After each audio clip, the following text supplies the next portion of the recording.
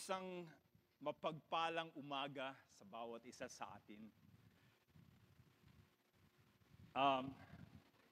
Excuse me naiiyak-iyak po ako dahil marami sa inyo ay matagal ko nang hindi nakikita. Itim pa ho ang buhok ko nung huli tayo nagkita. And ganun katagal na po. And ako'y natutuwa at nandito tayo ngayon, magsama-sama muli. Mga dating musmos at paslit pang mga bata ay ngayon ay nagsisi gwapuhan at gandahan na. Mga kasama natin sa Pineda, si Brother Eugene na matagal nating itinaas sa panalangin, ang Barangay Caubalejo, Alano, at marami pa, kaibigan kong si Deacon Van. Napakaganda, sabi nga ng awitin, I love the thrill that I feel when I get together with God's wonderful people. What a sight to see all the happy faces, praising God in holy places. And this is what we are here today. We gather again charged with the Spirit of God. And as we have seen on day one, how wisdom from on high is that which will overcome injustice. Yung walang katarungan sa mundo na kung saan yung mga mabubuti ang naghihirap at yung mga masasama ang nakalulusot. At nakita natin na ang pinaka-prescription po o lunas doon ay ang wisdom na pag-a-apply, pagpapanibago ng ating buhay upang sumang-ayon ang ating mga gawa sa binigay ng Panginoon sa ating salita. And kahapon naman nakita natin yung remnant, yung mga taong hinirang ng Panginoong Diyos ang siyang magiging patotoo ng Lord of Might. Tayo po, and it is such a challenge to us because we are always confronted, and I wish us to understand this. Advent is something that wakes us up. In fact, if you would read our daily scripture reading today, it is very consistent with the Advent message. It's a wake-up call. And every time God wakes us up, do not press the snooze button. Because if you snooze, you lose. Many times in our day-to-day lives, pag tayo ginising ng alarm clock, pinapress agad natin yung snooze. 5 more minutes. Until eventually we succumb to the weakness of the flesh and we find out we are late. And Advent continues in this third week to awaken us to the things of God, where God wants to break through into our lives. Nais niyang maging involved sa buhay ng bawat isa sa atin. And today we look at the branch of Jesse's tree. In some traditions, it is called the root of Jesse. Branch of Jesse, root of Jesse. Sanga ni Jesse, ugat ni Jesse. At alam natin na ang tinutukoy dito ay ang ating Panginoong Hesukristo. Na siya ang ugat at sanga ni Jesse. Alam natin na si Jesse ay tatay ni David. Pero sa kasalukuyan ngayong 2023, si Jesse ang isang ama na umaalis araw-araw, matapat sa kanyang asawa, mga anak, nagpapagal. Si Jesse ang ina na nag-iiwan sa bahay upang siguraduhin na ang tahanan ay maayos. Si Jesse ay isang estudyante na masikap at tapat na nag-aaral, sumusunod sa magulang. Pero si Jesse din, ang drug addict na kilala natin sa ating barangay. Si Jesse din ang mga squatters, mga laboy na bata. Si Jesse din ay ang bawat isang nangangailangan ng liwanag sa buhay. Kapatid, si Jesse ay ikaw. Si Jesse ay ako. Na upang makita natin ang tukuyin ng ating buhay, kinakailangan malaman natin ang ugat at sanga ng ating buhay. Ang ugat at bunga ng ating buhay. Upang makita natin talaga ang katatagan ng buhay. Dahil ang Adbyento po ay hindi isang inilagay lamang na okasyon upang meron tayong gawin sa simbahan. Advent is a time that we can come to realize that God is ever present with us. Sabi nga nila, doon sa Advent, ang ibig sabihin ay pagdating. At nabubuhay tayo sa lipunan ngayon na maraming tao gusto malakas ang dating. Pero ang Panginoon, ang lakas ng kanyang dating, at nakita natin ito nung mga nakarang 2 araw, ay hindi sa ganda, kadakilaan at karangyaan ng kanyang pagpasok sa mundong ito. Nakita natin ang kanyang pagdating ay pagdating ng pagmamahal. It is a coming of love. And that coming is in your life today. Makikita natin. Kapag kayo ay sumalubong sa airport, makikita nyo 2 po ang bahagi doon. May tinatawag na departure area at may tinatawag na arrival area. Yung departure, ang mga mukha karamihan ng mga tao ay naglugmok. Parang malungkot dahil aalis na ang kanilang minamahal. May makikita kayong medyo masaya, pero karamihan ay malungkot. Isang kotse, minsan grab pa ang maghahatid. Pero dun sa arrival, mapapansin natin na talagang jeep-jeep ang mga tao. Hanggang sa pinakabata, nakangiti at talagang sabik na sabik ang pagdating ng kanilang minamahal.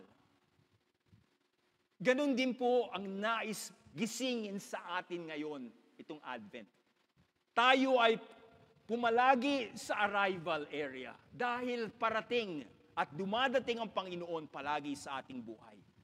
At yung kasabikang yun na makikita natin sa pagningning nitong kandilang ito, ng pag-asa, ng pananampalataya, ng kagalakan, ay dapat patuloy na magningas sa ating mga puso. It should continuously burn with passion and fire by the power of the Spirit of God. Like those people na talagang excited, dadating na si ate, dadating na si kuya. Ano kaya ang pasalubong? Uy, 10 kahon daw yung pinadala. Aba, sigurado ko meron ako doon. Pues merong mas dakilang dadating. Yun ang tinatawag nating pagdating ng Panginoon sa puso ng bawat isa. At hindi lamang po mga material na bagay ang kanyang daladala. Kung hindi bagay na kanyang bibigay na mananatili magpakailanman. Marami sa atin nag-13th month, ubos na. Marami sa atin nag-Christmas bonus, ubos na. Pero yung biyaya, pasalubong na ibibigay ng Panginoon na parating sa ating buhay ay mananatili habang buhay. Sa ating gospel today, sa Matthew chapter 22, sinimulan to ng wikain ng Panginoong Hesukristo. And this is the question that I pose to you this morning. Jesus said, "What do you think about the Christ?" What do you think about the Christ? Sino si Kristo sa iyong buhay? And kapag ating nasagot ito, ito ang magiging tinatawag na game changer sa buhay natin. Dito tayo makakikita ng breakthrough. Ang ibig sabihin po ng breakthrough sa wikang Tagalog ay kakaibang tagumpay. Hindi po pangkaraniwang tagumpay na nararanasan natin sa pang-araw-araw, sa mga bagay-bagay na nakakasalimuha natin. Ito po ay kakaibang tagumpay sa ating buhay. But we have to answer this with an honesty in our hearts, na kung saan ang Santo Iglesia, ang simbahan, ay inihanda tayo upang sa 7 umagang ito na ating pinagtsatsaga ang puntahan, ay upang makita natin na ang kahuli-hulihang araw ay darating ang Emmanuel. Ano ibig sabihin ng Emmanuel? God with us. Who is Christ to you? What do you think of Christ?